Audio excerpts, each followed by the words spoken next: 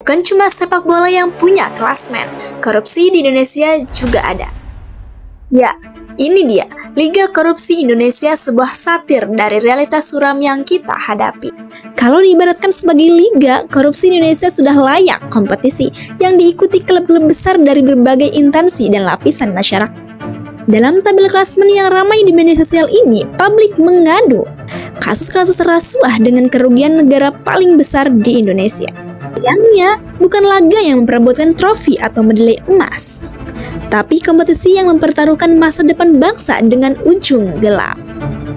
Dalam 3 dekade terakhir, ada 5 mega korupsi yang terjadi di Indonesia. Korupsi Pertamina Patraniaga yang belum lama ini terungkap langsung naik ke nomor 1 akibat memufakat jahat antara penyelenggaraan negara dan broker dalam tata kelola minyak negara ditaksir rugi hingga 968,5 triliun rupiah. Ya, ini mengalahkan kasus PT Timah Tbk dengan kerugian negara 300 triliun rupiah. Sebelumnya korupsi PT Timah bertengger di posisi pertama. Kasus ini turut menyeret Harvey Mois, suami aktris Sandra Dewi, dan Crazy Rich Pantai Indah Kapuk, Helena Lim Kebelik, jeruji besi. Selanjutnya, skandal korupsi bantuan likuiditas Bank Indonesia atau BLBI. Saat itu, BI mendistribusikan dana bantuan ke 48 bank yang dilanda krisis moneter. Namun dana itu justru diselewengkan oleh para penerimanya dan bikin negara rugi 138,4 triliun rupiah. Di bawah 3 mega korupsi itu ada kasus penyerobotan lahan negara untuk perkebunan kelapa sawit seluas 37,095 hektar oleh grup Duta Palma di Riau. Korupsi ini merugikan negara sebesar 104,1 triliun rupiah. Terakhir di posisi 5 besar ada kasus PT Trans-Pacific Petrochemical Indotama atau TPPI. Saat itu TPPI dipilih untuk menjual minyak milik negara. Namun mereka enggak menyetor uang hasil penjualan minyak tersebut dalam waktu 30 hari sebagaimana aturannya dengan dalih tengah politik. Akibatnya negara merugi hingga 35 triliun rupiah. Yap, dari setidaknya 5 mega korupsi ini, kita bisa lihat kalau korupsi terjadi di berbagai sektor, energi, lahan, sampai keuangan. Pertanyaannya, bisa nggak sih rantai korupsi di Indonesia putus? Peneliti Pusat Studi Anti Korupsi di Universitas Mula Warman, Herdiansah Hamzah, bilang hal ini sebetulnya bisa dilakukan lewat mekanisme hukum. Salah satu undang-undang perampasan aset yang sayangnya nggak kunjung disahkan. Problemnya kemudian adalah kenapa rancangan undang-undang ini itu dibiarkan mengambang ya, atau dibiarkan menggantung bahkan hampir selama 20 tahun ya.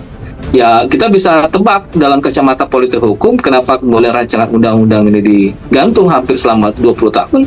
Karena ada kekhawatiran ya, ada ketakutan pembentuk undang-undang dalam hal ini DPR dan pemerintah, kalaulah kemudian rancangan undang-undang perampasan aset ini diketuk palu, maka yang akan disasar pertama kali ya jelas mereka gitu ya. Karena memang kalau berdasarkan data ya tingkat korupsi yang paling besar dilakukan ya anggota-anggota DPR dan pemerintah sendiri.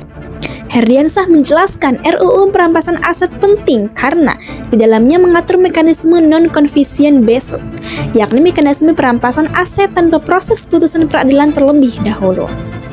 Itu ada illicit enrichment yang merujuk pada kondisi saat harta kekayaan penyelenggara negara mengalami peningkatan secara nggak wajar, maka itu bisa dirampas oleh negara. Jadi, pemberantasan korupsi kian sulit karena lembaga penegaknya juga dilemahkan. Kalau masalah semakin masifnya korupsi yang terjadi hari belakangan ini, karena memang pasca Undang-Undang KPK direvisi, Undang-Undang 30 2002 direvisi menjadi Undang-Undang 19 2019, maka saat itu pula lah kemudian kita tidak punya panutan lagi di dalam urusan pemberantasan tindak pidana korupsi. Laporan Indonesia Corruption Watch atau ICW mendapati para terdakwa kasus korupsi rata-rata cuma mendapat vonis 3 tahun 4 bulan penjara pada 2023. Ada satu regulasi lagi menurut saya yang penting dan sampai sekarang itu tidak pernah digunakan. Dalam hal ini Undang-Undang 28 tahun 99 tentang penyelenggaraan negara yang bebas dari kolusi, korupsi, dan nepotisme. Sementara selain korupsi, perbuatan nepotisme dari penyelenggara negara kan cukup banyak tuh ya. Dalam kacamata saya ini karena memang aparat penegak hukum cenderung takut ya berhadapan-hadapan dengan kekuasaan, karena prinsip peristiwa nepotisme itu selalu bertalian dengan kekuasaan, dan lazimnya penegak hukum kadang-kadang menghindari atau semacam benturan dengan kekuasaan.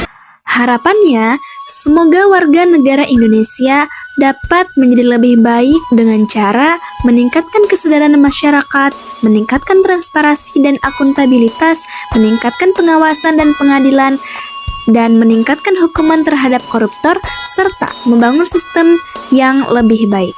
Dengan melakukan perubahan-perubahan tersebut, diharapkan Indonesia dapat menjadi negara yang lebih baik dengan pemerintahan yang lebih transparan, akuntabel, dan bebas dari korupsi. Sekian, terima kasih.